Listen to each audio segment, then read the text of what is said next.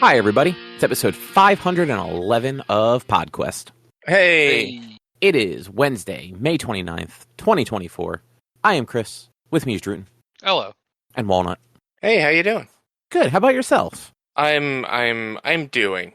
That's the best I can say. Hey, I mean, at least you're not doing. Or undoing. You're not being undone. Like in that sweater song by Weezer.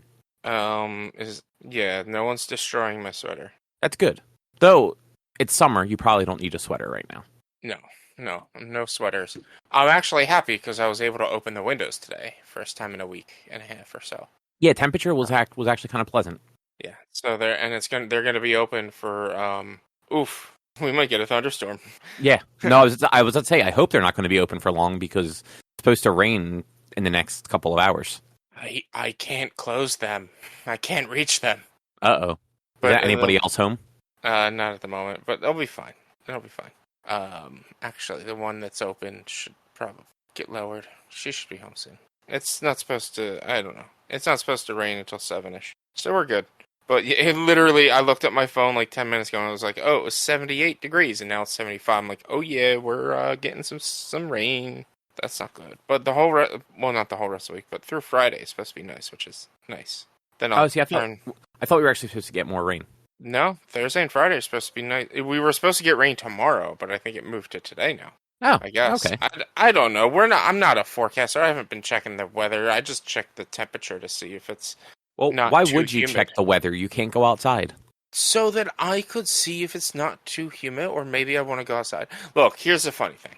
This morning I wake up, and you guys have been to my house. I have vines that grow up my house, and no matter how much I pull them, they grow pretty quickly. So I tend to just leave them. Also, it's kind of sort of natural insulation. It really does protect the side of the house from the sun a little bit. So I try to utilize that. The first time I pulled the vines down, the average temperature of my house increased by at least 3, and it's never been the same since. But so because of those vines, I woke up this morning and I looked to the window next to my bed. And I see a vine growing in through the cracks of the windows into the house. So this morning this morning I had to, it was through the cracks of the window. Luckily it wasn't too big of an issue, but I had to actually scoop myself out back onto the deck and pull the vines down so that they're not growing into my bedroom anymore. That is actually probably a little important. Hopefully my brother-in-law mows the lawn, which it's been 3 weeks. If he doesn't mow until Friday or Saturday, it'll have been 3 weeks since it last got mowed. And that means, and I told him, mow it every week. He hasn't mowed it. His complaint is, you just need weed killer. But he won't go out and buy weed killer. But there's also grass. So no, you don't just need weed killer. You need to fucking mow the lawn. Gotta love my house. I mean, change your Wi-Fi password until he mows the lawn. I'm not gonna do that again. I mean, I should and just give it to Jensen. She's even told him to mow the lawn. That's the thing. But she'll just give it to him. No, if I were to say to her, like, hey, look, here's what's happening, she'd probably be like, okay, he agreed, and he's not doing it. So, like, she'll use her tablets and her phones and stuff to watch stuff, I'm sure. Oh, that's fair. But I don't want to have to go through the hassle of changing all the Wi-Fi passwords. I don't want to do that. I mean, if anything, I could probably kick him off the Wi-Fi, and then he'd ask for the Wi-Fi password. Be like, nope, not until you mow the lawn. But, I mean, you could also do that, like find his devices and just block them. Yeah. At the moment, I'm going to be looking for a company to do it if he doesn't mow it this weekend. And if I find a company to do it, they're paying half. Honestly, they should pay more than half, but they're paying half. Yeah, I mean that sounds fair. But like, it should be nothing. It should be I shouldn't have to pay for anything because I have all the equipment. I have the lawn to mow. They're supposed to be helping me. Not there. I asked him to help me. He's supposed to be helping me. If he's not going to do it, then he needs to find a way to get it done. Yeah, I don't disagree with you there. That's the way I'm thinking. If he's not going to do it, he needs to find a way to get it done. But we'll see. If I end up getting a citation, they come to mow my lawn, he's going to have to pay the $250. She even said that herself. She's like, if you get cited, he's paying. It's his fault. So. Well, good. At least somebody in the house is on your side for a change. Yeah. But enough of your drama. Yeah. What's on the agenda? Speaking of cutting the grass, somebody played the Stardew Valley board game Like that. See what I did there? We all watched The Theory of Everything, the movie about Stephen Hawking, for a book club. I watched X2 X-Men United, and I guess, Cobb, you played some Paper Mario Thousand Year Door. Yes. The remake. Yes. I'm assuming it's the remake. Yes. Nice. Yeah. So Stardew Valley, the board game, is a thing. How was it? It was actually a lot of fun. Have either of you guys seen it at all? I didn't even know it was a thing. Only at your house. So it is a thing, and it is official, like, licensed by the creator of the game. So it's not like one of those weird things where, like, people made the game and it's they can't use any of the real names or anything for it. It is straight up Stardew Valley. So it's one of those games where when you read the rules and look at all the stuff in the box, you're just like, oh, this game is going to take so much time to figure out and play. And then once you actually start playing, it's like, oh, this actually isn't that bad. So it has a similar setup to the video game Stardew Valley, where you are on the farm given to you by your grandfather, and you have two goals. There are multiple goals per thing, but there are two objectives that you're trying to meet. You're trying to restore the community center to stop Joja from taking over Stardew Valley, and you are trying to please your grandfather's ghost, because he's dead. And so, beginning of the game, you pick, I believe it was 4, like, grandpa cards that have 4, like, things he would like you to do or achieve in the year. And then there are the 6 or 7 rooms of the community center that you randomly pick cards for and lay them face down. And you have to reveal them as you're playing and then meet the criteria on the cards to complete that room of the community center. And you just have to get everything done by the end of the year. And so the game, just like the video game, starts in spring, goes spring, summer, fall, winter, and then it's over. It's only 1 year? It's Yep. not 3? Nope, just 1 year. Lame. You don't see your grandfather's ghost until 3 years into the actual. So your grandfather never comes. So you don't get like a little thing from your grandfather's ghost at the end of the first year either. No, that's the game just like, the game just ends and Joja doesn't take over. If you fail, Joja then technically would. Yeah, but assuming you complete everything, he doesn't. They don't. Yeah. It is a cooperative game, so the whole thing you were playing with the people you were playing with, and it is 1 to 4 players. And the way that the game actually scales really nicely, because it's essentially every goal that you have for within reason. Anything that requires you to donate or accumulate something, it is that times the number of players.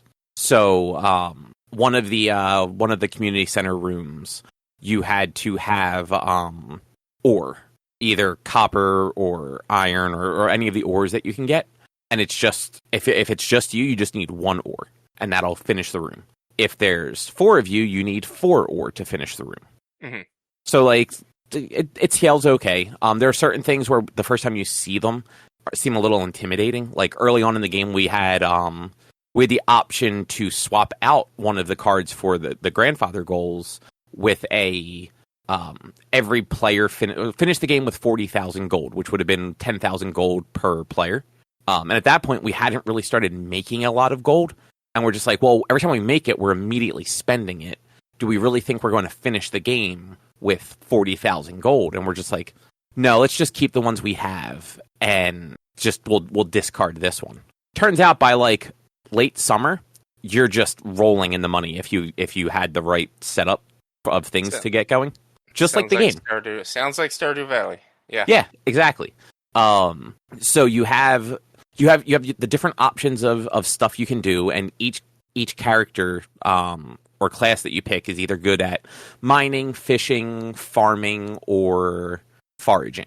And as you play, you can level up your equipment for each of those roles, and you get some sort of buff to it. Either like one of the buffs you got for fishing was you could actually if you had a fish in your inventory, you could swap it with one of the fish in on the fish board instead of having to actually try to fish for it. Mm-hmm. Which super useful when one of your goals is to catch all of the legendary fish. But yeah, so you have fishing, you have your farming, where you buy the seeds, you plant them, you have a certain number of spots to plant them in. You have to water them in order to be able to harvest them. There are game mechanics that will let you either have like the automatic waterer, or even between seasons, or I guess between weeks in the seasons, there's a chance of rain, which will water them just like in the real game.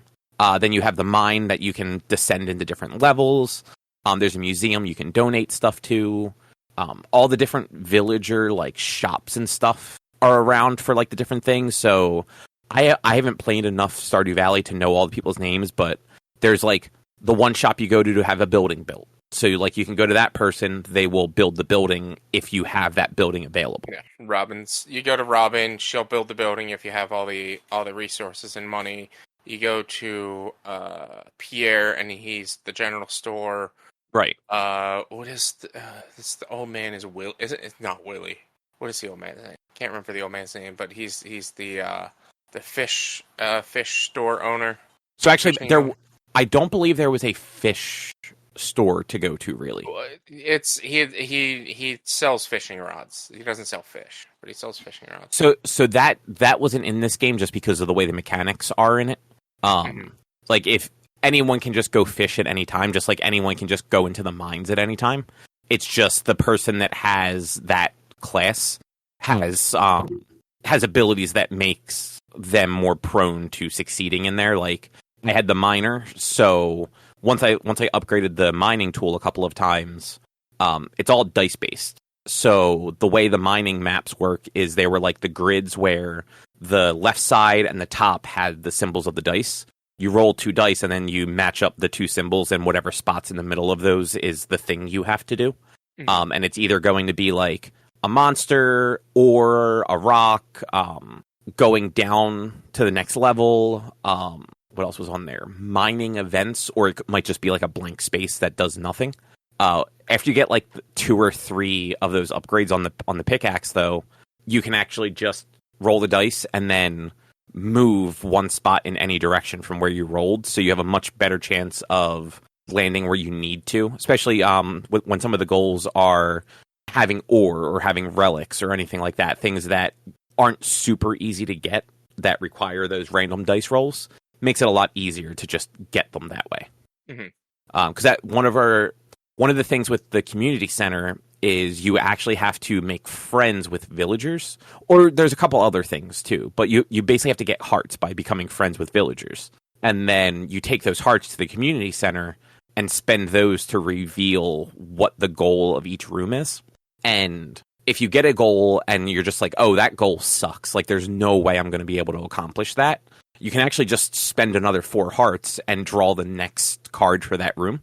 And you can keep doing that basically until you run out of cards for the room. We ended up doing that near the end of the game. The very last room, the first card was, what was the first one? Okay, now I don't remember. I do not remember what the first one was, but it was something that we weren't going to be able to do it in a reasonable amount of time. And then, so we went over there, we drew the second one, and it was get 4 copper, I want to say. And everyone was kind of like, we were like reading through the rules, and we realized there was no way in the amount of actions we had left that we could actually get the ore and turn it in to finish that part of the quest, because there's no trading between players like during the action phase. You can trade during the planning phase, like a lot of games like this would do it. But once you're into the action phase, you have your actions, and then it's round over. And if that's the final round of the game, like that's it. So we're just like, well, let's just spend the last 4 hearts we have and see what the last card is for that room. And we flipped it over, and it just happened to be bug meat, and we had 4 bug meat in one person's inventory. So that person just went to the community center, did the bug meat thing, and that we actually won the game with that. Nice. But otherwise, we would have just been screwed with the first boiler room thing because we just didn't have a good way to complete it. I think it was like artifacts. I think we needed artifacts, and there's only 2. There's the 3 ways to get them are treasures while fishing, which we had gone through most of them trying to find all of the legendary fish. foraging, which we had foraged most of the stuff already, or getting geodes in the mine, and then getting a random roll that gave you an artifact. And it would have taken minimum 4 turns to do that. And that's if we actually rolled to get an artifact on every turn. Mm-hmm. So, like, that one was just if we had opened it up, like, much earlier in the game, probably could have pulled it off, but we didn't. And then one thing that it does is it gives you the option to make the game longer, essentially.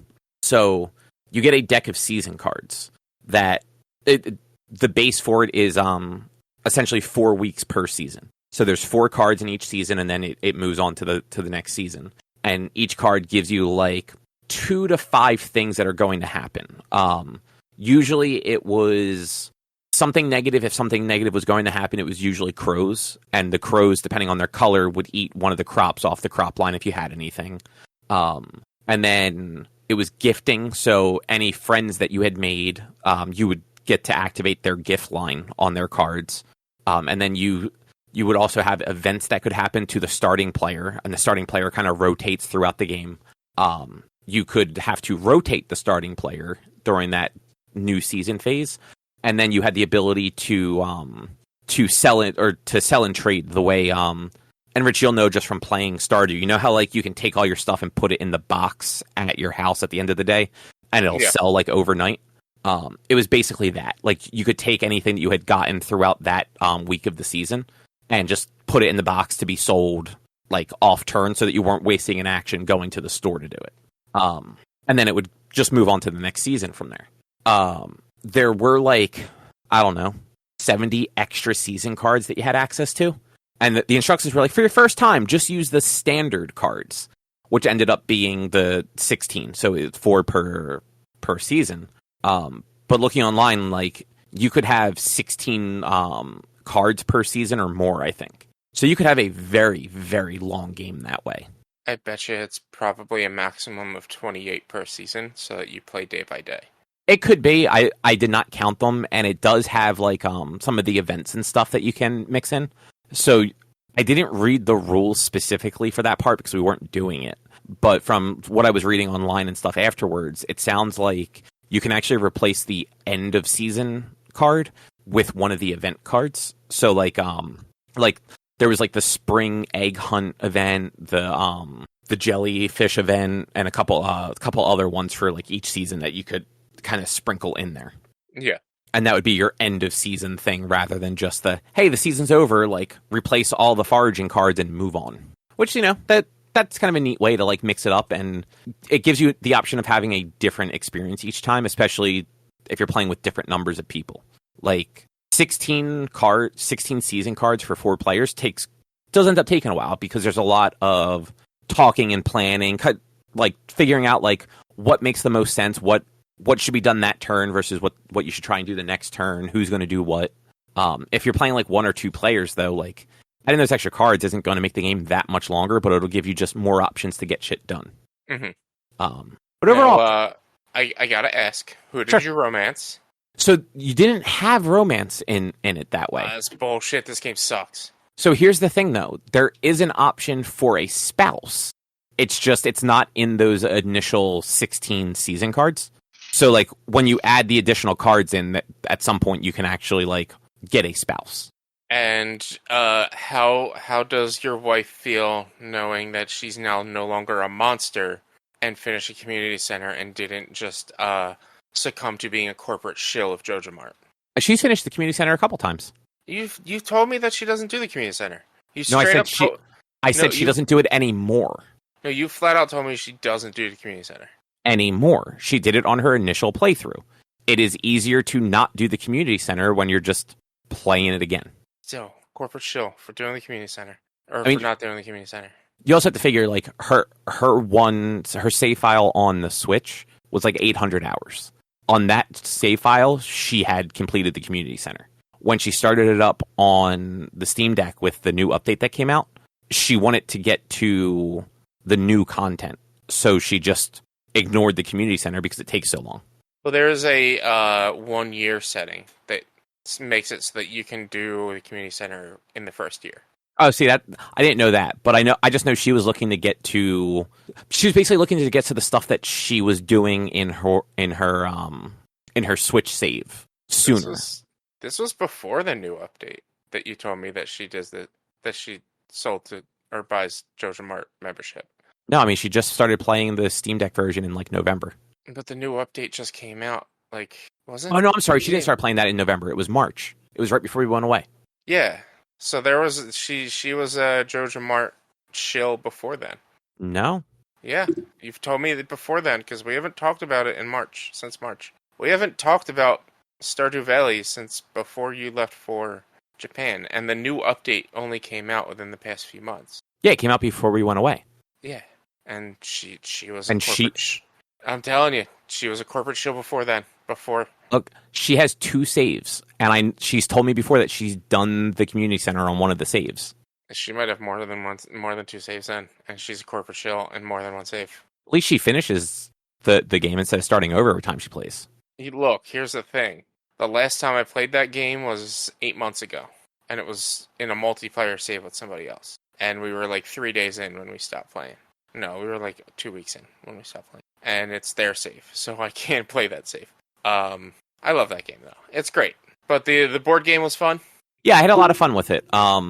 It's not perfect. Like there's definitely a little bit of clunkiness to some of the mechanics, but I don't think we never hit a point where we weren't really sure, like rules as written, how we were supposed to handle things. Like the rules definitely spelled everything out really well. Mm-hmm. And anytime we hit a thing where we're like, we don't know if this is what we can do, we were able to like look in the rules and like, oh nope, it says right here you can't do that thing. Mm-hmm. There's a little bit of clunkiness to the game in general as well. So yeah, definitely. With this, everything was like was dice based for the most part. So you had 2 sets of 3 dice. It was animal dice that you used if and when you started like doing like the coops and the barns with all the different animals. And you'd basically roll them if you were collecting from the animals to get like milk and wool and all that sort of stuff. Mm-hmm. And then the other dice, I want to say there were three symbols on them. It was I know it was like one of the little green dudes from the community center, I think. Mm-hmm. And then 2 other symbols, and I don't remember what they were. But those were kind of like your more generic dice where you kind of rolled them for everything else. So for fishing, you rolled all 3 of them. And depending on what those 3 dice showed would determine what fish you could potentially catch off of the section of the board that had the fish tokens on it. And anytime you caught a fish from there, you'd reach into like a bag and pull out like a new one blind and place it down.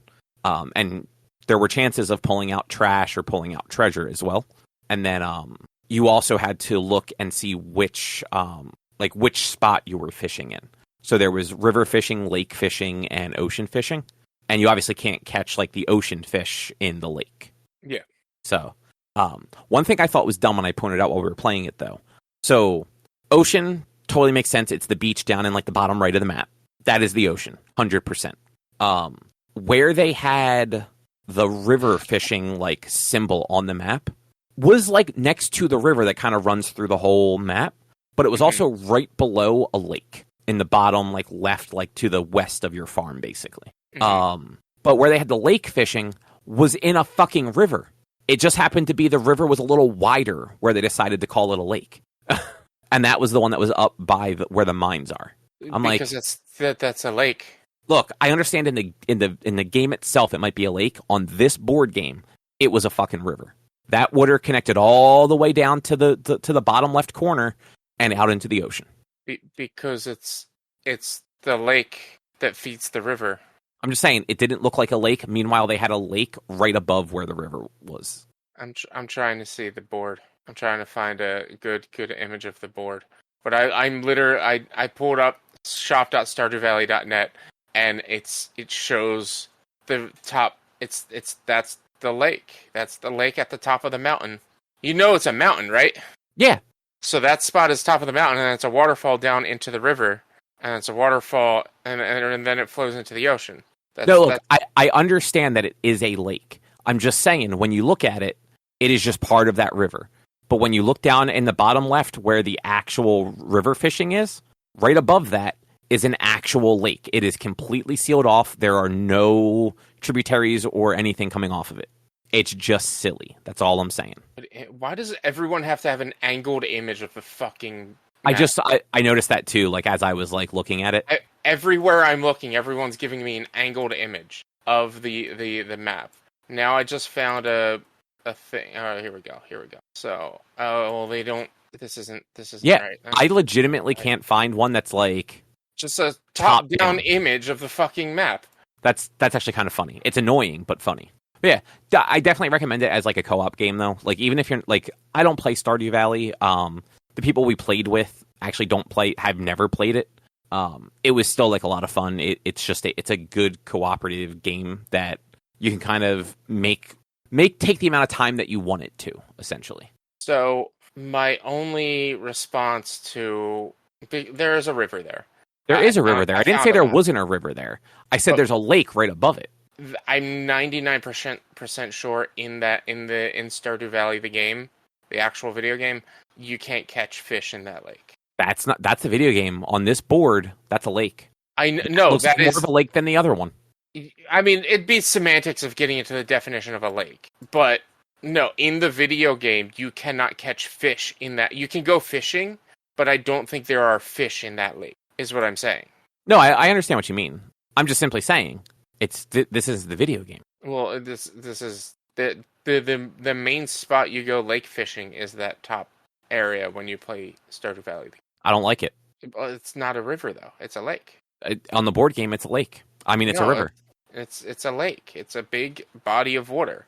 It's in the video game. In this, it's a river. I'm looking at the map. It is a big body of water. I'm looking at the game board. I found the game board. It is a big body of water.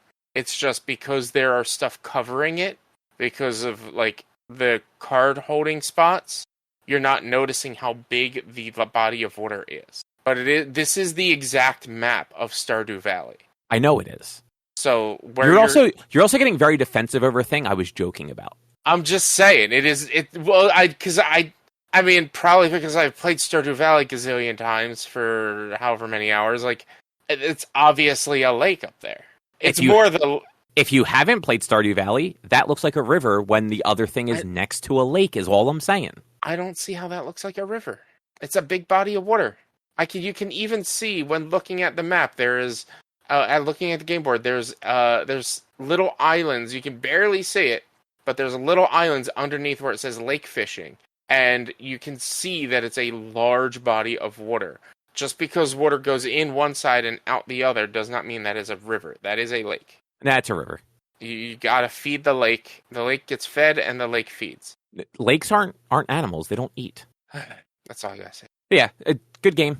It's fun. And there's definitely replay value because you can swap up the season deck. And you're going to generally get a different layout of grandpa goals and community center goals and what buildings and townspeople and stuff you can befriend. So yeah, a lot of games like that do a really good job at replay value, where it's like, all right, well, every game is going to be slightly different. You're pretty much probably going to be playing the same, but the goals are going to be different enough to where it's going to be, all right, you might have to change up your strategy just a little. And there's honestly like, oh, he hates us. Okay, so it's not just me. Yeah, he hates us. Cobb just left.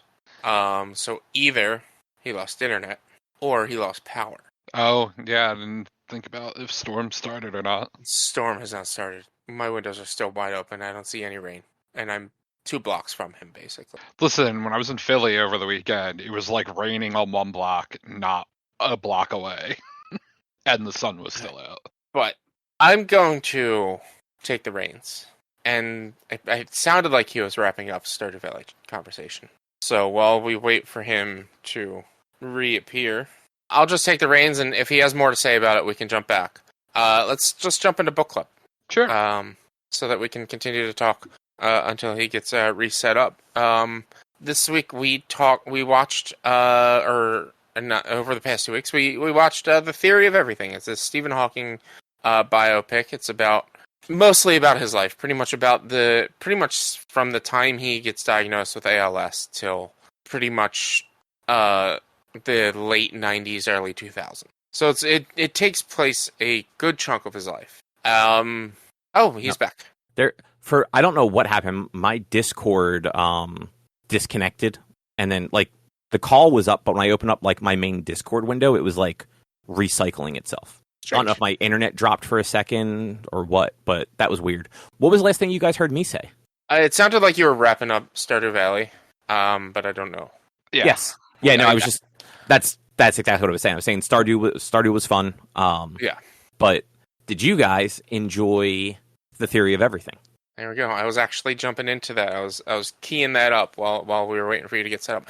I thought it was a solid movie. It wasn't necessarily like it wasn't entertaining. Agreed. To me, like it wasn't an entertaining movie, but like I liked the story. I liked learning about Stephen Hawking himself. Like I would never ever watch this movie again. No. But that's not to say that it's a bad movie. That's just to say that's the kind of movie it is. Mm-hmm. If that makes sense. Yeah, like the acting was really good. I will give them credit for that. Like fucking Eddie Redmayne and Felicity Jones, like they did a really good job with their roles. Yeah. Eddie Redmayne especially, like he was fantastic. Yeah, I can't imagine how hard that would have been. Yeah, I'm sure it wasn't easy. I'm sure it wasn't easy. Who knows? But like overall, like everything they chose to do with like the filming, the casting, like I was like, holy shit, that's Charlie Cox too. Oh yeah. The casting, the filming, the acting, everything. I was like, this is really good. I don't ever need to watch it again. I will not. I don't know what crazy person would watch this movie as an entertainment value piece. Yeah. Like when we finished watching it last night, I'm like, well, I'm not upset that I watched that, but I also don't ever have to watch that again. Yeah, like I said, I don't think it's a bad movie. I think it's a good movie for sure. Like it was worth watching, and like I will say, my biggest critique is I feel like the movie did a really bad job of showing the passage of time. Yes, 100% agreed. Because literally was going to be my one complaint. The thing is, their first child was born. I was Googling this. Their first child was born in 67? Okay. 67 or 68, something like that. Their second child was born in 70, and their third child was born in 79. Okay. So their third child, their first child was 12 or 13 when their third child was born. And like when you barely got to see the kids, you couldn't tell. You couldn't tell that kid was 12 years old. That kid looked 5 or 6. Like all the kids, like they did a really bad job of like explaining to you, like, oh yeah, he was diagnosed with ALS in I think it's like 64, 65. No, not even. Something. It might have, and actually might have been later than that. I think it was 63. I read both on Wikipedia and like the plot for the thing. It was like 63 is when he was officially diagnosed. 65 was when they were married, and then like 67 was their first kid. 70 was the second kid, and then later was the third kid. Yeah, and it's like they gave him a 2-year time frame, which I'm sure is factual. I'm sure they did give him a 2-year time frame when he got diagnosed, but he didn't really seem to progress. Like the amount of time that it took for him in the movie to go from being diagnosed to their third child, what was it, 7 years later, or second child, which was almost 7 years later. He barely progressed in the disease, it seemed. Like he progressed, but it wasn't like to the point that you would think somebody 5-7 years later had progressed. It didn't feel like it was 7 years later. I don't know. I mean, by that point, like he couldn't get dressed by himself. Like he was in the wheelchair. True, but they gave him a 2-year time frame. Yeah, but that also you have to figure. So about 20 years prior is when Lou Gehrig was diagnosed with it and died within 2 years. Yeah, like that was just one of those. That was one of those diseases where like I just don't think they knew much about it at the time. No, I understand. I'm just saying the way the movie portrayed it, it felt like from the time he was diagnosed to the time he had his second kid was 2.5 years. Okay, I see what. Yeah. I thought the time.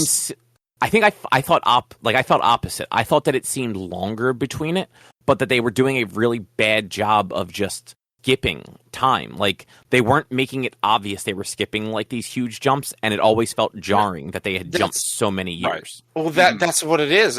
For somehow we're just looking at it opposite sides of the same coin, but it's you're right. Like, there's a lot of time jumps, but they don't make it obvious that these time jumps are happening, or like they're not giving dates. They're not giving time frames. And they didn't age anyone very well either. Yeah. No. So like the only one they really aged was Hawking, who, like, the way the disease advances, like, it makes sense that he started to change a lot more physically as well.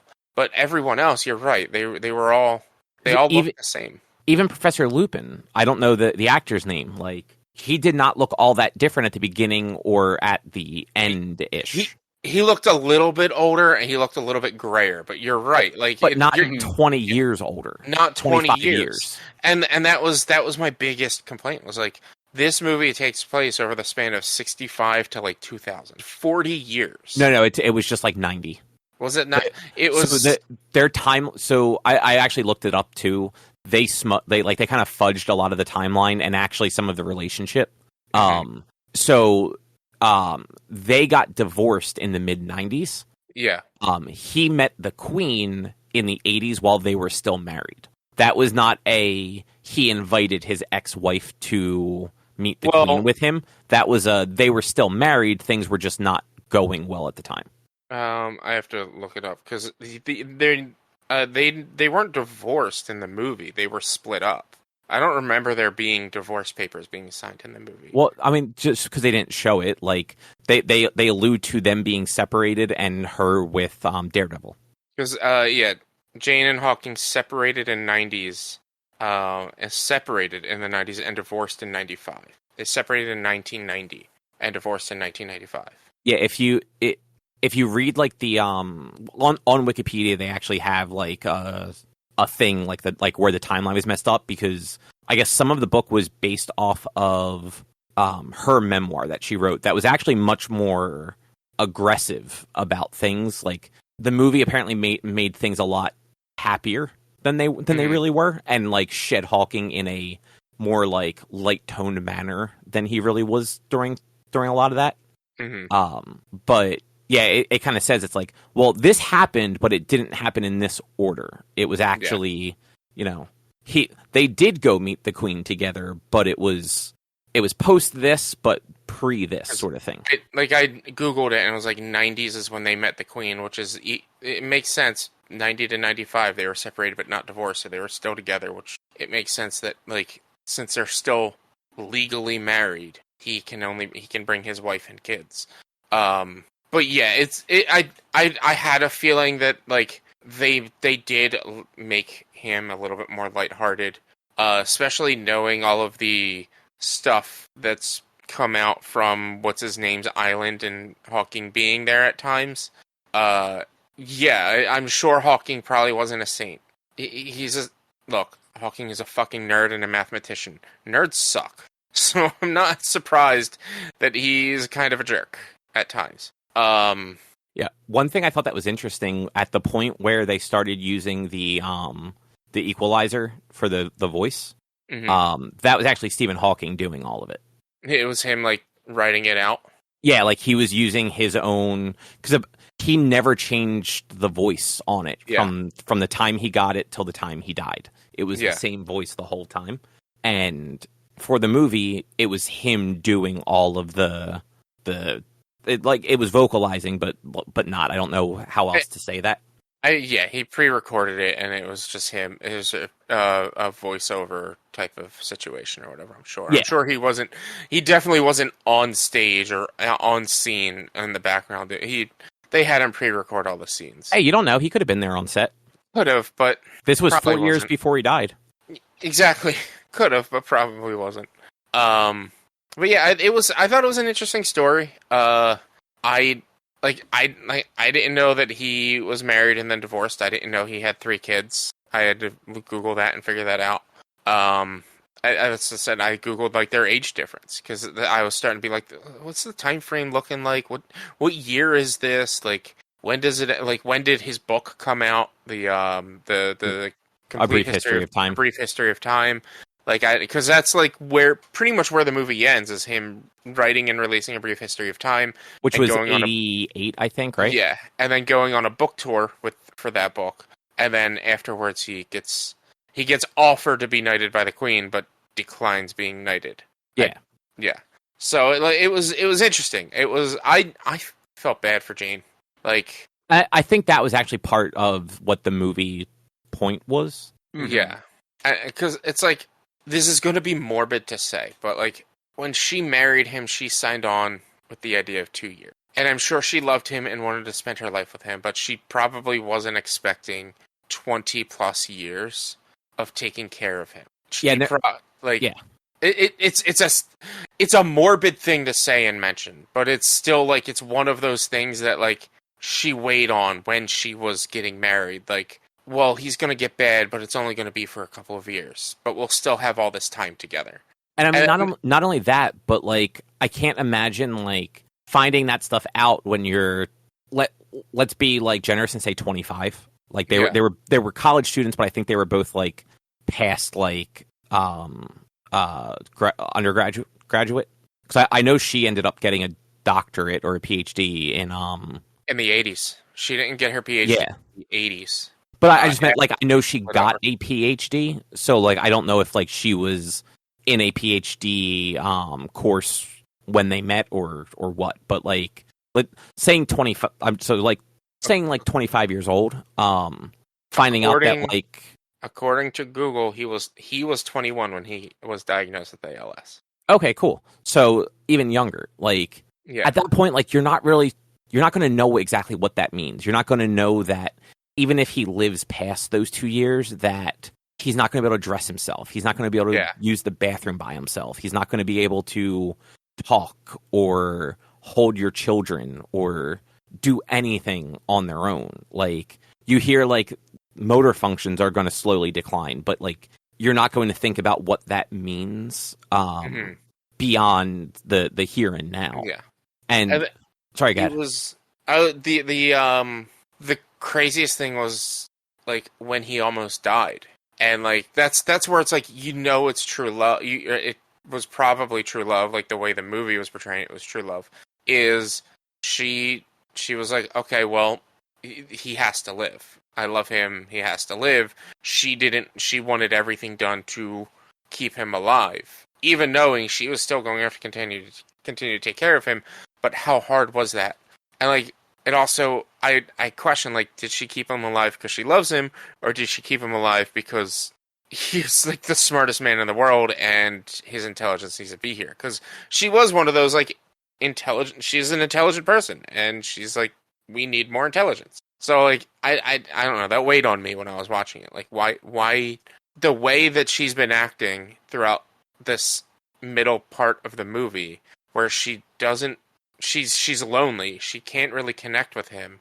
She made the call to do everything they could to keep him alive rather than just letting him pass on, which is, I hate to say it, my choice would have been, well, look, he's a shell of what he used to be. I think it's his time. It's pulling the plug. Like, if no one would have batted an eye at that, everyone would have respected that decision. Agreed. Yeah. So it was a crazy scenario that like, it made me wonder. I'm like, all right, so where is she on this level? Is this true love keeping him alive? Is this, we need his brain keeping him alive? So in the movie, I think it was actually that she did care about him. Yeah. Whether that is actually how things played out in real life, who knows? Yeah, but like I said, like even in the movie, it was showing that like she was going, if I remember it correctly, like she was going into his tent, wasn't she? She was going to cheat on. So I might have looked away fully at that point. No, like I might have that scene happened right before the call, but she didn't go in, and you can tell like even before that, like she was torn, like she was definitely depressed. But like you could tell in scenes with them that she did love him. Yeah. but like her life also, like she didn't have a life. Like Yeah. having this other person around that was helping her, like, had a big impact. Yeah. Because one thing that the movie and like some of the stuff like around the movie actually points out, it didn't really push that he refused for many years to have any sort of additional help. Like he really did. Like you see it in the movie, but they don't focus on it. He really did put all of his care responsibility onto Jane. Yeah, there was that. There was that, and there was a long time where he would say just no doctors. It wasn't until he almost died, and that's like a good couple of years. But again, it was poorly represented in the movie how long he was just strictly no doctors. Yeah. So it's just one of those, like, I get that. Like, I get her being both caring about this person that she fell in love with 20 years prior, but also being depressed and being resentful of, like, kind of what he forced them to do. Yeah. Mm-hmm. But yeah. So, Drew, overall, what did you think of it? I don't think you actually really said overall. I can't remember. I mean, again, I'm pretty much in line with you guys. It was a well-made, well-acted movie. I never need to watch it again. It was fine. You know, I get why it got all the praise it did. Mm-hmm. yeah, it's definitely this movie was made to be like praised for its acting and all of that, not so much. Well, yeah, it's an Academy Award winning movie. I don't know if it's actually an Academy Award winning movie, but it's an Academy movie. It's The King's Speech. It's movies that normal people probably would never sit around and watch. Right. Yeah, I agree. I don't know that it was necessarily like Oscar bait, but it definitely has that sort of like feel to it. Mm-hmm. But anything else either you guys want to say about the theory of everything? No. Well, then we have another pick. Drew, did you decide which one? Yeah, we'll go with Moneyball. Which is that the one with Jonah Hill and Brad Pitt? Yes. Okay. And what's that on? I believe it's just on Netflix. Okay. I have them all, so it doesn't matter. If anything, I've been considering just dropping Netflix, but I just found out JJK is on Netflix, so I guess I gotta... I didn't know that. Yeah, I just saw that the other day. Yep, it is on Netflix. Wow, this movie is from 2011. Mm-hmm. I thought it was way more recent than that. Time, man. Yeah, seriously. All right, cool. So in 2 weeks on... Was that the 9th? The 13th. On the 13th of June, we will be talking about Moneyball, the 2011 film about baseball. Yep. Baseball. Nice. So, Rich, how was X2, X-Men United? X2. I said this last week, and I stand by it. It's not my favorite movie in the series. I think it's a fine movie, but it's the one that I care least about. At least up to between the first two, within the first three, I'd say. That's my biggest. I have the most memory of the first three movies that I care the least about X2. Now, do you think going through and watching them all again, that as you make your way deeper into the catalog, that your opinion of X2 might go up? It's possible. Not by much, I don't think. I think, I don't know what it is about X2. I think the story is just weak. I think the whole bullshit with Mystique injecting metal just into a guy and him not dying on the spot right there with how much metal is injected into this dude's butt. And then Magneto being able to take control of all the metal coming out. I don't know. I think that's a bad plot line, in my opinion. It's I don't know. It's just got everything. I feel like it got a lot of stuff just wrong. Logan comes back, and he becomes babysitter out of nowhere. If he hadn't come back, who would have been taking care of the kids? That's question number one. Because they were already planning on leaving before Logan came back. So what would have happened there? Plot hole number one. It's just plot armor that Logan happened to come back that same day that everyone was leaving to do stuff. Just a bad representation of... Well, a good at-start representation of Nightcrawler, followed by a bad representation for the rest of the movie of Nightcrawler, in my opinion. Yeah. The plastic fortress that, apparently there's no metal in the buildings surrounding the plastic fortress, and there's just a gaping hole underneath his plastic dome for Magneto. That makes no sense to me. There's has to be metal in that building. That is such a comic book thing, though. I know, but it's like the length, especially shown in later movies, like the First Class movies and stuff, like the amount of strength that Magneto has, he should have been able, like the size of that building had to have been to where he couldn't reach is ridiculous. It would have been ridiculous. Oh no, old man Magneto, not as strong as young man Magneto. Remember that he's a World War II survivor. He is, but this is in the 90s, so he's only That was 2003. All right, fine, it's 2000s, so he's 60, 70, I'd say at that point. I'm still like 70 years old. But let's see, Lady Deathstrike is just a disappointment. Oh yeah, no, that version of Lady Deathstrike is one of the worst. Like the whole scene where she's cracking her knuckles, and you don't even have to pay attention. Anytime you hear her walk, you hear clinks, like metal clanks, because she's an adamantium skeleton. But you don't hear that with Logan. You hear it with Lady Deathstrike. But as she's cracking her knuckles, you hear it's like a metallic crack. And then Professor X being the most powerful psychic, but then being... I mean, they explain it with the drug that can make him weaker. But if that drug made him more susceptible to mind control... But I don't know. I feel like just the storyline with Stryker's kid and Xavier, I don't know if that's an actual storyline or if like it's an adaptation of a storyline in the comics. But it was just... I'm actually trying to remember. Do you remember what they called Stryker's kid? They didn't give him a name. They gave him a character, like a name, but they didn't give him a mutant like moniker. They didn't give him like a Wolverine or a Cyclops. I can't remember Stryker's kid's name. So I feel like... Sorry, I'm reading the Wikipedia page on it real quick. Was it Jason? Jason Stryker, yeah.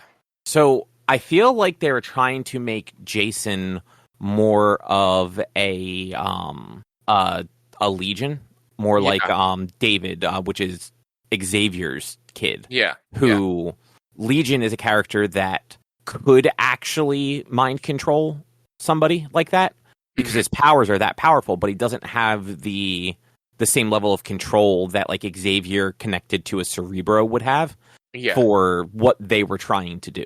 Yeah. The whole, I don't know, the storyline, all the stuff between Cyclops and Jean, where like at one point he's like I mean I know they're explaining Dark Phoenix. It feels like a lot of this movie was just a setup for Last Stand. It kind of was, and that's probably why I find it more boring, or not boring. I like it. I don't like it as much as it is just a setup. It's like a lot. If it's not about Wolverine, it's about Jean and how she's getting the Phoenix Force or the Phoenix power. And I guess they explain the Phoenix Force. Well, no, in the next one they explain that it was locked away by Professor X. Yeah, like it was always in her. Yeah, I guess the lock gets unlocked by the bubble that Magneto made during the first movie or something. I don't really know. Which actually, I know last week we were talking about how it was weird that like the Dark Phoenix movie exists, but I guess like remembering that now, I guess it's not that weird. Well, but that's the thing. No one knew about Phoenix unless Professor X wiped everybody's memory. I mean, it wouldn't be the first time. In The Last Stand, as far as I can remember, nobody, with the exception of Magneto and Professor X, have knowledge of Phoenix. No, they don't. And I was mostly joking because the way, if I remember correctly, the way X3 opens up, it's Xavier and Magneto going to Jean Grey's like perfect little suburban neighborhood when she's like 7. Yeah. And she's like already displaying these powers and locking them away when she is very young. Yeah, that's how it opens. So yeah, it's just I feel like as a whole the movie's fine.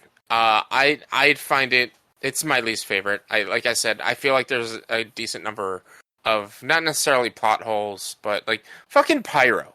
Pyro's story makes no fucking sense.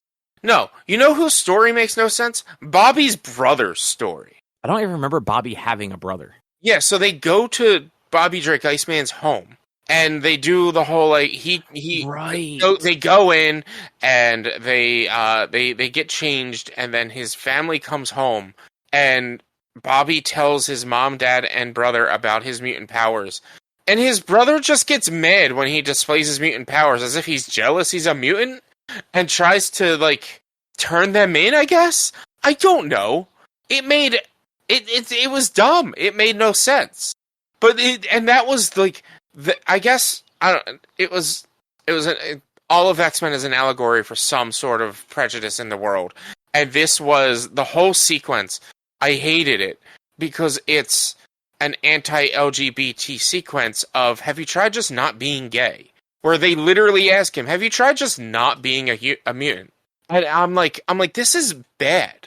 Like the way I like it's X-Men, so it's supposed to represent something.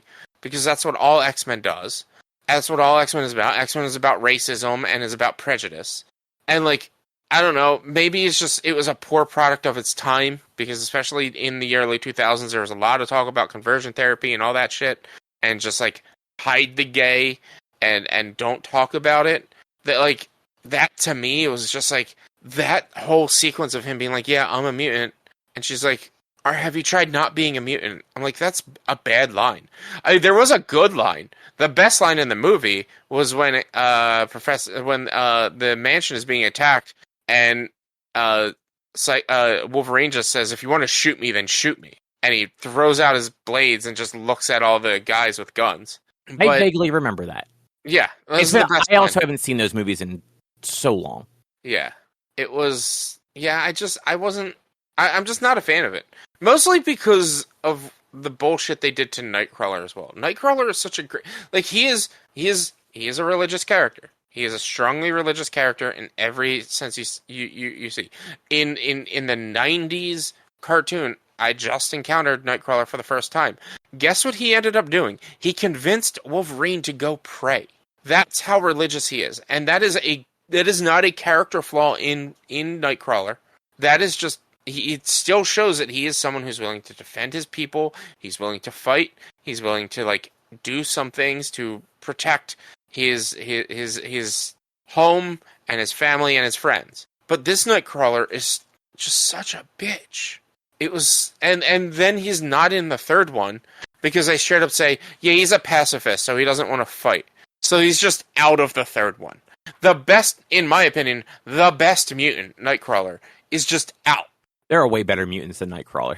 I don't know. Nightcrawler's fantastic, man. You know, like 12 mutants. Yeah, but like, how many of the better mutants that there are than Nightcrawler are actually like in more than one comic? Lots of them. I don't know. Chamber's really cool. But like, I'm gonna have this same complaint when I watch First Class and we do and Darwin, where Darwin shouldn't have died. Oh yeah, no, like Darwin dying like immediately is such a fucking cop out. I feel like that's what it was, though. I feel like they were like, we can't properly represent his powers, which is then raises the question, why did you fucking bring him into the movie if you can't properly represent his powers? Yeah. So they just found a way to kill him. And then I remember Nightcrawler is in, I believe Nightcrawler is in Apocalypse. I don't know if he's in Dark Phoenix. I don't remember if he's in Apocalypse, actually. He's a kid. He's a kid in Apocalypse. Oh, you're right. Yeah. Because they thought he was causing issues, but it was somebody else. Or I think Apocalypse might have wanted him as a horseman or something. I can't 100% remember. But yeah, I think you're right. X2, to me... No, Nightcrawler's in it again. Okay, he is in Dark Phoenix. Dark Phoenix, okay. He's like an actual X-Men this time. Which then, like, just diverges the timelines even more. It just shows that, like, they are two separate timelines now. They reverse time or change time too drastically, or who knows if... Honestly, I'm convinced that X-Men through Last Stand is just, in general, an alternate universe from the X-Men First Class movie. I mean, it is, just, like, it has to be. There's no other question about it. There's no, and they kind of force it to be with Days of Future Past. Well, that Yeah, I mean it's I guess yeah, that's how you turn into multiple universes is that change in Days of Future Past. Um but yeah, it's fine. I'm definitely gonna because these movies don't have the best track record. The X-Men movies they don't have the best track record. I remember like I said I remember not liking X2. I remember liking Last Stand. I remember enjoying Last Stand. And I know I liked First Class. I know I liked Days of Future Past.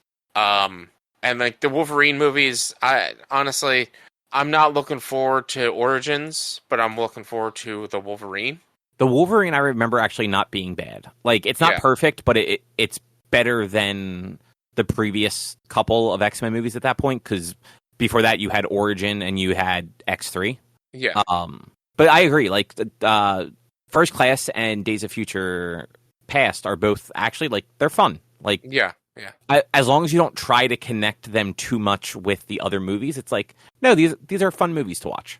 Yeah. So we'll see how things go with Last Stand when I watch that this weekend. I'm sure I'll have time to watch it. Look, I watched both of these movies on Saturday this week. I didn't even watch it during work. I was just like, all right, let's just one I watched Saturday, one I watched Sunday. Look at you watching things on the weekends. I'm bored. I can't leave my house. How often did you leave your house before? A lot more often. I'm kidding. But that's the thing. Even though I wouldn't be going to places, I'd be going to pick stuff up. I'd be just getting out of the house just to get out of the house. You'd have that 15-minute drive to go pick up dinner or 40 minutes to go grocery shopping or whatever. Yeah. No, I get it. I was mostly just kidding. I know. Chase. It's definitely one of those. The idea of being home is better than actually being stuck home. Yeah. My sister asked me if I wanted to go to something this weekend with the family, and I was just like, honestly, I would if I didn't have the splint on still. If I had a hard cast, I'd be more willing to go places, but I'm still in the splint. Yeah, you don't want to take a chance of accidentally I don't want somebody jumping on me, falling on me, whatever. Yeah. And plus it would be to a barbecue, which means people would have to be serving me. And I'm like that'd be a little bit too much of a pain. I'd be in the way. I'd have to take up multiple seats because I'd occasionally have to have my leg up. So it's just wait until I get a hard cast, and then I'd probably be a little bit more down to go out and do stuff. But by the time I have a hard cast, it's then another 3 weeks, and then I get it off. 2 to 3 weeks, and then I get it off. So yeah, so you just get it sucks, but you got to deal with it for a little while longer. Yeah, but that's that's my take on X-Men United. What was it? Oh, the end of the movie before the dam fully collapses, but as the dam's getting ready to collapse, and they rescue the children, and Magneto has tied up Stryker. Fucking Wolverine is carrying a kid and turns around, hears or smells Stryker behind him. Doesn't put the kid down and say, all right, go over there. I need to hide I don't want you to see a guy dying. Carries this child over to Stryker, who's sitting there chained up, bloodied and beaten and nearly dying. And it's just I'll go with the kid. Has this whole dialogue between Stryker and Wolverine where Stryker's we could have had something. We could have been better if you just let me out. And he's like, I'll put my chances with the kid. Why is the kid here? The kid doesn't need to be there. The kid shouldn't be seeing that. The kid's already been through enough. Does he really need to see somebody who's about to die? I don't know. But again, Pyro's story was stupid. Pyro was just, I don't even know Pyro's story. He just decided I don't want to be at school anymore. Pyro is kind of stupid. Yeah. His literal story is, I don't want to go to school anymore. And I think we should do more to spread mutant kind, I guess? I don't know. So I'm just gonna, kill cops, which, ACAB, sure. But, he was just I'm just gonna blow up cop cars and then join Magneto. Yeah, I mean, he's the edgy early 2000s kid. Yeah. Plays with fire, carries a Zippo.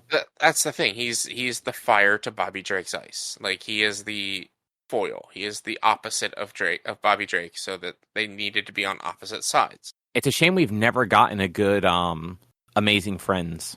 I don't know what Amazing Friends is. Spider-Man, Iceman, and Firestar. Oh, a character made specifically for that cartoon from the early 80s. Who knows? Who then came into the comics. Who knows? We may get that soon with the incorporation of X-Men into I the feel MCU. Like if they actually introduced an Iceman and a Firestar, they would have to. Like 100%, they would have to just do just a quick scene where like during like a team up movie, them and Spider-Man did something together. It would be a Disney Plus series or something. See, I don't think they would go that far because they're not going to put that much CG into a Disney Plus show. Oh, no, it'll be a cartoon. Oh, no. I want to see like live action, just like a little like wink and nod to that. Yeah, we'll see. We'll see what the next look. Marvel's got a lot of shakeup going on with what's his name going to jail, and being fired. Kang being fired. That's fine. So I think they're expediting the Kang Dynasty just to stop using him. Like they recasted him. I'm sure they recasted him, and like the Kang Dynasty, like the Kang stuff is going to end during this phase, if I remember correctly. I don't know. I can't. Yeah, I don't remember, and I don't really pay that much attention to it anymore. Yeah. But anything else you want to say about the X-Men? No. Let's move on. All right. So the last thing I picked up, Paper Mario: The 1,000-Year Door. Nice. Which I had never played. I've never played any of the Paper Marios, so this is a first for me. Paper Mario games are great. I love them. I've always heard that the first one and this one especially are like top tier, and then it's a little bit of a up and down in quality after that. Like some of them are still really good, other ones not so much. Mm-hmm. Because I think one of them they went like a little too 3D with it or something like that, and that's a big complaint people have.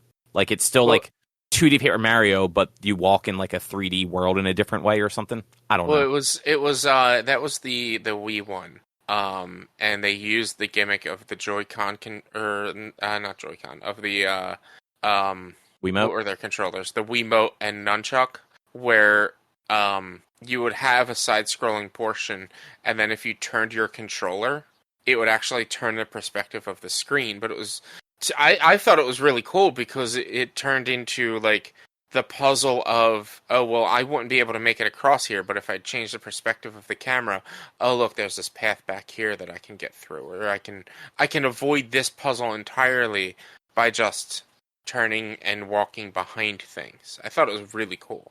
Okay. It'd probably be that one that people would complain about. But people I've heard people say...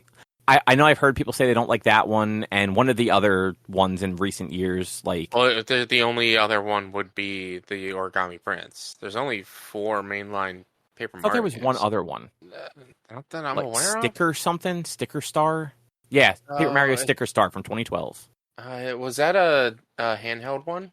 I think it was Wii U, and... no, it was just DS, apparently. I thought it was Wii U and DS. That's why I never played that one. Yeah, that one, and then actually, I remember people actually kind of liking the Origami King one. It was just and Color Splash. I've never. That was the Wii U one, Color Splash. Did I never play that one? Yeah, I think it was either Sticker Star or Color Splash. People weren't super into, but then Origami King was like, I remember it getting actually pretty solid reviews. It was just, I think the complaint was some of the stuff was a little too easy. Like there wasn't enough of a difficulty curve to it, but.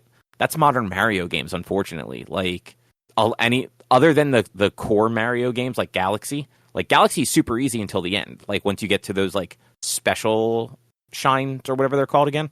Mm-hmm. Like they just don't make Mario games to be super challenging. Yeah, I mean it's everyone looks at Mario Maker and is like, oh, this needs to be Mario, and then it's like, well, no, Mario needs to be accessible to everybody. And then you get to the hard stuff after. Yeah, it's just like you look back at like Mario in the 80s and 90s, and there's a progression to the difficulty. And then the last 15 years, especially of 2D Mario, it's been a little bit more. The game just kind of stays at a pretty equal level all the way through. Mm-hmm. But it is what it is. 1,000-Year Door though has been like it's been really fun. I'm only a couple hours in. But I like the gimmick of him being paper, and like I have the ability, like I got the ability to turn into a paper airplane. So in certain parts, like you stand on a ledge and you turn into a paper airplane, and that's how you get across gaps. Mm-hmm. Or in like in the first chapter, like the very beginning of the first chapter, you come to an area that you can't get across, and and you actually have to go knock down a bush, and behind the bush is a warp pipe that then sends you to the background where you can then hit a switch that builds a bridge.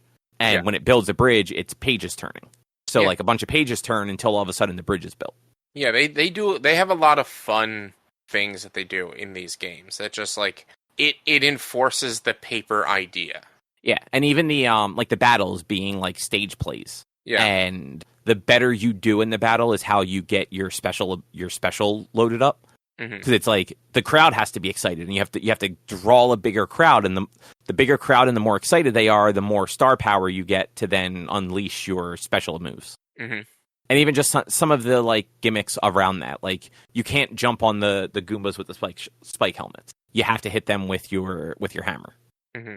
Yeah, like it puts a little bit of strategy in the combat, and it's not you can't just face roll it. You have to think about it. Wait until you get to some of the boss fights, and the boss fights in these games are always amazing because they do always come with these like little different gimmicks. Each one is a little bit different. You have to like in Origami King, it gets even more broad because like the boss fight mechanic in that game, or it's one of the mechanics, like the origami mechanic or something. I can't remember. I loved Origami King. I thought it was great, and some of the mechanics they developed in that game was amazing. I haven't played Thousand Year Door since GameCube, so I don't have a lot of memory of it, but I remember just enjoying it because Paper Mario games are just they're great. They're great. Yeah, and I definitely see how they are a what's the word I'm trying to think of? Like a spiritual successor to the Mario RPG. Mm-hmm. Like it's got that. It doesn't have the same humor, but it has that like kind of tongue-in-cheek humor that Mario RPG had, and it's a little whimsical with some of the ideas it takes from the larger Mario kind of world. Yeah, and also just giving you characters as teammates and allies that you normally wouldn't have, even as a playable character in most Mario. Like I have a female Goomba that is like an archaeology student or something like that is my party member at the moment. Mm-hmm. And in Mario RPG, your first party member is a marshmallow that thinks it's a frog. And then you literally get a wooden puppet that is actually like a fucking the incarnation of a star or something like that. I forget exactly what Geno is. Drew, do you remember what Geno was exactly?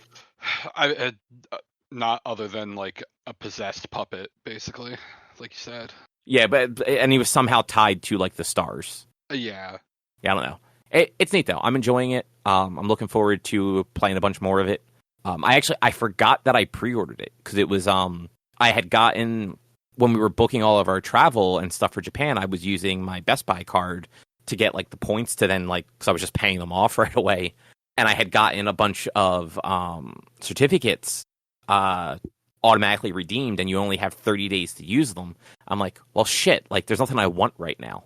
Yeah. So I was looking, I'm just like, oh, Paper Mario comes out in May. I'll just put these towards that and pick that up when it comes out. And then I got a text message that it came out. I'm like, oh, shit, I forgot this was happening. Yeah. And like ran the Best Buy and picked it up on my way home from a client. They have a character in Paper Mario that you haven't met yet. It's one of the playable characters. It's a ghost. It's a female ghost. Like a Boo ghost or like a different type of ghost? It's a female ghost. It doesn't look like a Boo. It looks like a female, like she's got a long brim hat, kind of like a wide brim hat, and it's a female body, but a ghost. That she was in the original, and they always hinted at whenever she talked about her life, she always spoke as if she was a guy, but they never like made things 100% obvious. I don't think they really gendered her at all. She looked like a girl, but she was a guy. In this, they actually solidify that like she is a trans character. She was in her life. She was a guy that had a bunch of brothers, and she was tormented because she wanted to be she and not he. And it's kind of sad because like I think she like I don't 100% remember what I seen, but they like solidified that this character, like everyone always thought, oh, this character is a boy but looks like a girl. They solidified it in this version. Like, yeah, this is a trans character, which I thought was really cool. You know what? I saw something about that. Like I saw somebody post like an image, saying that like, hey, like they kept this in there and they actually, made it even more clear. Yeah. And I didn't really know what it like. I saw the dialogue and I'm like, okay, well, like obviously they're talking about one of these characters being trans, but I didn't know it was like a playable character or anything like that. I thought it was just like a one-off scene from the game. I'm pretty sure she's a character that's a playable character. Yeah, I mean, it looks like I found the character. Like it looks like she is eventually playable. Mm-hmm. I don't know when she shows up, but yeah, like good on them because that is not something that you'd often see from that time period, especially in like a Japanese like company's game. Yeah, like a very traditional Japanese company like Nintendo. And I think back in the GameCube era, like it was more of a tongue-in-cheek thing. It wasn't like obvious. Like they hinted at it, but it wasn't obvious. And I think her storyline is very sad as to why she's dead, and it's about her being a girl. I can't 100% remember about all of it, but like they like solidified it now, which is still a shock even with modern day Japan and the way Japan is. It's a shock that they were like, let's just accept this and like make it true. Oh, so reading like just the very top of the blurb on Wikipedia, apparently in the original Japanese and some European translations, she is just straight transgender. Okay. The original English and German releases, it was altered to remove any mention of that status. Oh, wow. I did not know that. Yeah, so it's actually America that was shitty about that situation. Of course it was. But then it was restored in the remake. Mm-hmm. So, I mean, that's at least good. In 20 years, Nintendo of America has improved itself. Yeah. America hasn't, but Nintendo of America has. Yeah, exactly. That's why I didn't say America. America is still a fucking cesspool. Yes. Yeah, I'm enjoying it. I think I've only got maybe 3 or 4 hours in, and I think it's like a 20 or 30 hour game, so I haven't seen a whole lot yet. Did spend a lot of time just wandering around, like trying to do different things because, you know, it's the beginning of an RPG, like especially one where there's some weird interactions you can do with different stuff. These games are very sort of they hit the line between both RPG and like Metroidvania, where as you get more characters, each one can do different things on field, which then you can go back to different regions and use their abilities to unlock other secret things and stuff like that. Okay. Yeah, because I know like right now in the main town, I can really only go to the sewer. Mm-hmm. Because like going the one direction, the person won't let me pass because I accidentally stepped on a contact lens. Yeah. And there's somebody blocking the other side too. So it's like I can go to the right and then I can go into the sewer. Yeah, and so then it's like the Paper Mario games. It is like you think like not in Super Mario World, but you think like more like Mario, like the 3D Mario games, where you have that central hub that lead to different regions, and as you progress the game, you get you'll get a contact lens to give the person so that he'll let you buy, and you'll get whatever else, or you'll unlock a character that'll get you to the next area. Like there's always that central hub where you do all your shopping and everything in. Yeah, that's kind of what I assumed because there are quite a few things in that central area. Like I believe that is where there's the person that you can upgrade your party members when you have star pieces or something like that. Mm-hmm. I only had like 2 star pieces, so there wasn't much I could do at the point. But yeah, I'm enjoying it so far. Looking forward to diving into some more of it. Nice. Yeah. But I think that will probably be a show unless either you guys have anything else. Nope. We'll there's a State of Play, right? State of Play. Yep. Tomorrow. So at the time of release, it'll be today. That we'll talk about next week because, of course, there is. Yeah, and it's at 6:00 tomorrow. So yeah, we'll have that for next week, and then June 9th, I believe they announced is the Xbox one. So okay. That's next Sunday. So not next week's episode, but the week after is when we would be chatting about that. And then Summer Game Fest is coming up, so there'll probably be some other stuff shown and announced over the next couple of weeks. So yeah, but with that, if you'd like to find more of our content, you can head over to www.one-quest.com. You can also help us out by supporting us at patreon.com/onequest. If you can't support us here with your dollars, you can go to your favorite podcast platform like Apple Podcasts, YouTube, or YouTube Music, whatever it's called now, Spotify, rate us, review us, subscribe to us. You can also find us on social media, facebook.com/onequestonline or at @1_quest on Instagram and Twitter. Our YouTube channel is youtube.com/onequestvideo. And you can always send us an email to social1-quest.com. And Rich, you have your big thing coming up, not this weekend, but next weekend, right? Yeah, so twitch.tv/b_walnuts for video game streaming Monday, Tuesday, Thursday, and Sunday. Playing games like Monster Hunter World, Sea of Thieves, Pacific Drive, and whatever else I can get my hands on. We're probably going to be playing Tribes of Midgard starting next week because we're getting bored of Helldivers. That game is super repetitive and boring now. But June 8th and 9th is my 3-year stream celebration. It's a play on a subathon, so the more bits, subs, and things like that you give into the channel will increase the number of power moons I have to get in Super Mario Odyssey. There is going to be stretch goals for bits. There's going to be stretch goals for subs, so all of my normal sub rewards will count. All of my bit rewards, things like, if we get 100,000 bits, I'll shave part of my beard and look like Andre the Giant from A Princess Bride. Or because that'll be a cosplay Halloween stream. Or what else? The One Chip Challenge. Or I'll have to play my favorite game, or one of my favorite games of all time, Resident Evil 2, on its hardest difficulty. Or, and I'm not looking forward to this, so it's going to be a high reward number, I have to play the worst game I've ever played, to completion actually, and not give up after 10 minutes because the game was terrible and unplayable. So yeah, there's going to be rewards like that. I'm still trying to figure it out. I've got a lot of work to do this weekend to prepare for it, so definitely come check that out. That's June 8th and 9th, starting around like noonish on the 8th. Might be even sooner than that. Depends on what time I wake up. Nice. And with that, we will be back next week with something else to talk about. Thanks for listening. Bye. See you. Bye.